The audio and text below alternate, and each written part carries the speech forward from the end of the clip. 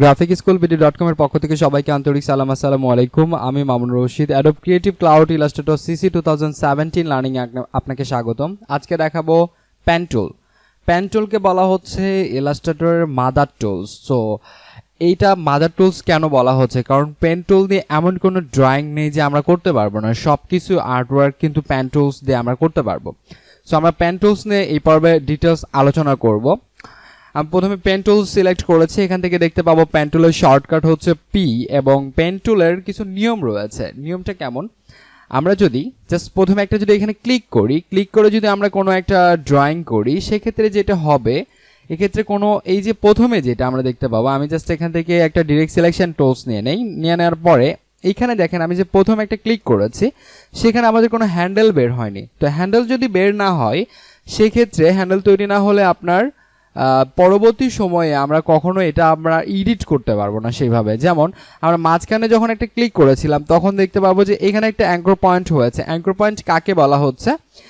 এই যে যেখানে একটা করে ক্লিক করছি, এই যে এখানে এখানে একটা ক্লিক করা হয়েছে, এখানে একটা ক্লিক করা হয়েছে, এখানে একটা ক্লিক করা হচ্ছে, এগুলোকে অ্যাঙ্কর পয়েন্ট বলা হচ্ছে।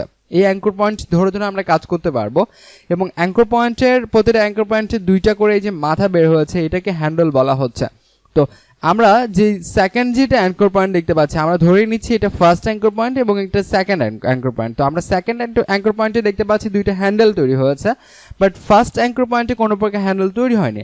এখন আমরা যদি পরবর্তী সময়ে চাই যে আমরা এটা সেকেন্ড অ্যাঙ্কর পয়েন্ট ধরে আমরা এটা জাস্ট এডিট করব আমাদের ডিজাইনের প্রয়োজনে, সেক্ষেত্রে আমরা এটা করতে পারবো। বাট ফার্স্ট অ্যাঙ্কর পয়েন্ট দিয়ে আমরা কিন্তু কোনো প্রকার এডিট করতে পারবো না, জাস্ট আমরা টানলে এরকম হয়ে যাচ্ছে। ওকে, তো আমাদের আসলে পেন টুলসের রুলসটা প্রথমে জানতে হবে যে আমরা পেন টুলসটা কীভাবে ইউজ করব। সো আমি পেন টুলস নিচ্ছি। প্রথমে পেন টুল নেওয়ার পর জাস্ট আমরা প্রথমে যেটা আমরা পয়েন্ট নিব, জাস্ট একটা ক্লিক করব। ক্লিক করার পরে আমরা মাউসটা ছেড়ে দিব না, আমি কিন্তু ক্লিক করার পর মাউসটা ড্র্যাগ করে চেপে এরকম একটা হ্যান্ডেল বের করছি। তো হ্যান্ডেল বের করার পর আপনি যখন এইভাবে সেকেন্ড ক্লিক করবেন অ্যান্ড এইভাবে থার্ড ক্লিক করবেন, তারপর দেখেন আমার কিন্তু তিনটাতেই এবার যে তিনটা এখানে হ্যান্ডেল তৈরি হয়েছে, এই ফার্স্ট, সেকেন্ড অ্যান্ড থার্ড, এই তিনটা অ্যাঙ্কর পয়েন্টে আমার কিন্তু হ্যান্ডেল রয়েছে। এখন যদি আমি এটা যদি এডিট করতে চাই, তাহলে কিন্তু আমরা খুব ইজিলি এটা হ্যান্ডেল ধরে এডিট করতে পারবো। তো এইভাবে আমাদের করতে হবে। যে কয়টা যত বড় আপনি কাজ করেন না কেন, সেখানে আপনার প্রত্যেকটা অ্যাঙ্কর পয়েন্টটি কিন্তু হ্যান্ডেল বের করতে হবে। সো হ্যান্ডেল বের করার নিয়ম হচ্ছে কি, জাস্ট মাউস দিয়ে আপনার ড্র্যাগ করতে হবে। জাস্ট আমরা ক্লিক করে মাউস দিয়ে এইভাবে ড্র্যাগ করে ছেড়ে দিতে হবে। এখন আপনি যদি এইভাবে একটা ক্লিক করেন, এখানে একটা ক্লিক করেন, তখন কিন্তু আপনার কোনো হ্যান্ডেল বের হচ্ছে না। ওকে, জাস্ট ক্লিক করে যখন এইভাবে ড্র্যাগ করবেন, তখন আপনার এখানে একটা হ্যান্ডেল তৈরি হচ্ছে। ওকে, তারপর আর কি রুলস আছে সেটা আমরা একটু দেখি। যখন আমরা প্রথমে একটা এখানে হ্যান্ডেল তৈরি করার পর যখন কোনো একটা এখানে ড্রয়িং করে ফেললাম, তখন দেখতে পাচ্ছি যে এখানে কন্ট্রোল প্যানেলের অনেকটা চেঞ্জ এসেছে। তো এইটা কন্ট্রোল প্যানেলের আমরা চেঞ্জটা কীভাবে এখানে কাজ করতে পারি সেটা দেখব। সো প্রথমে আমি যদি এখান থেকে পেন টুলস নিয়ে কোনো একটা এভাবে পলিগনের মতো কিছু একটা আর্টওয়ার্ক করি, দেন জাস্ট এটা আমরা একটা কালার দিয়ে দিচ্ছি, একটা কালার দিয়ে দিলাম।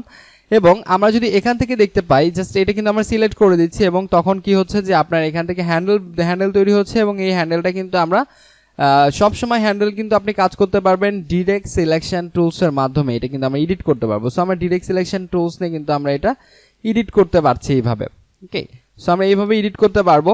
এবং দেখেন আমার পেন টুলে গেলেও কিন্তু আগের যে অপশনটা ছিল, সেই অপশনটা কিন্তু এখন বর্তমানে নেই। আমরা এই অপশনটা কীভাবে নিয়ে আসবো? অল্টার প্রেস করব।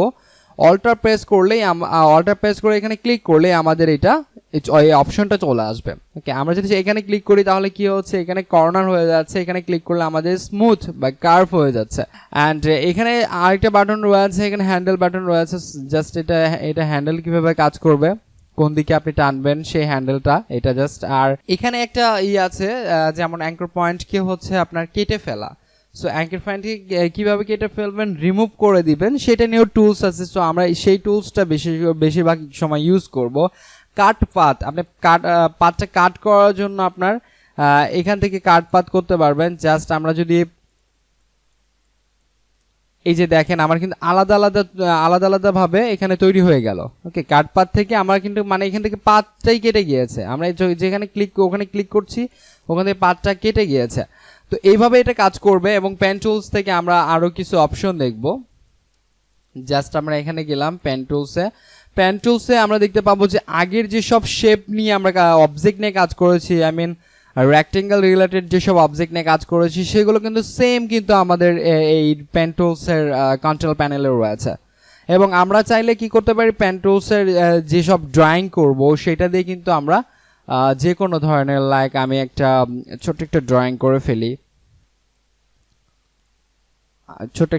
যদি করে ফেলি তাহলে বুঝতে পারবো আমরা।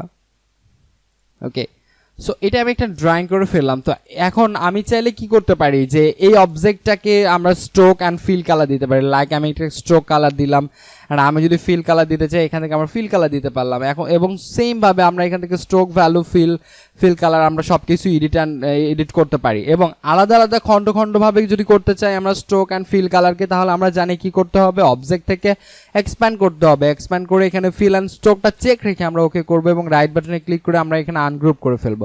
দেন আমাদের এটা আলাদা আলাদা হয়ে যাবে। তো এই জিনিসগুলো আমরা আগেই জানি যখন আমরা রেক্টেঙ্গেল রিলেটেড যেসব টুলস নিয়ে কাজ করেছি সেগুলো, বাট আজকে দেখালাম কিভাবে আমরা পেন টুল ইউজ করব। সো এই ছিল আজকে টিউটোরিয়ালসে, সবাইকে অসংখ্য ধন্যবাদ। আসসালামু আলাইকুম।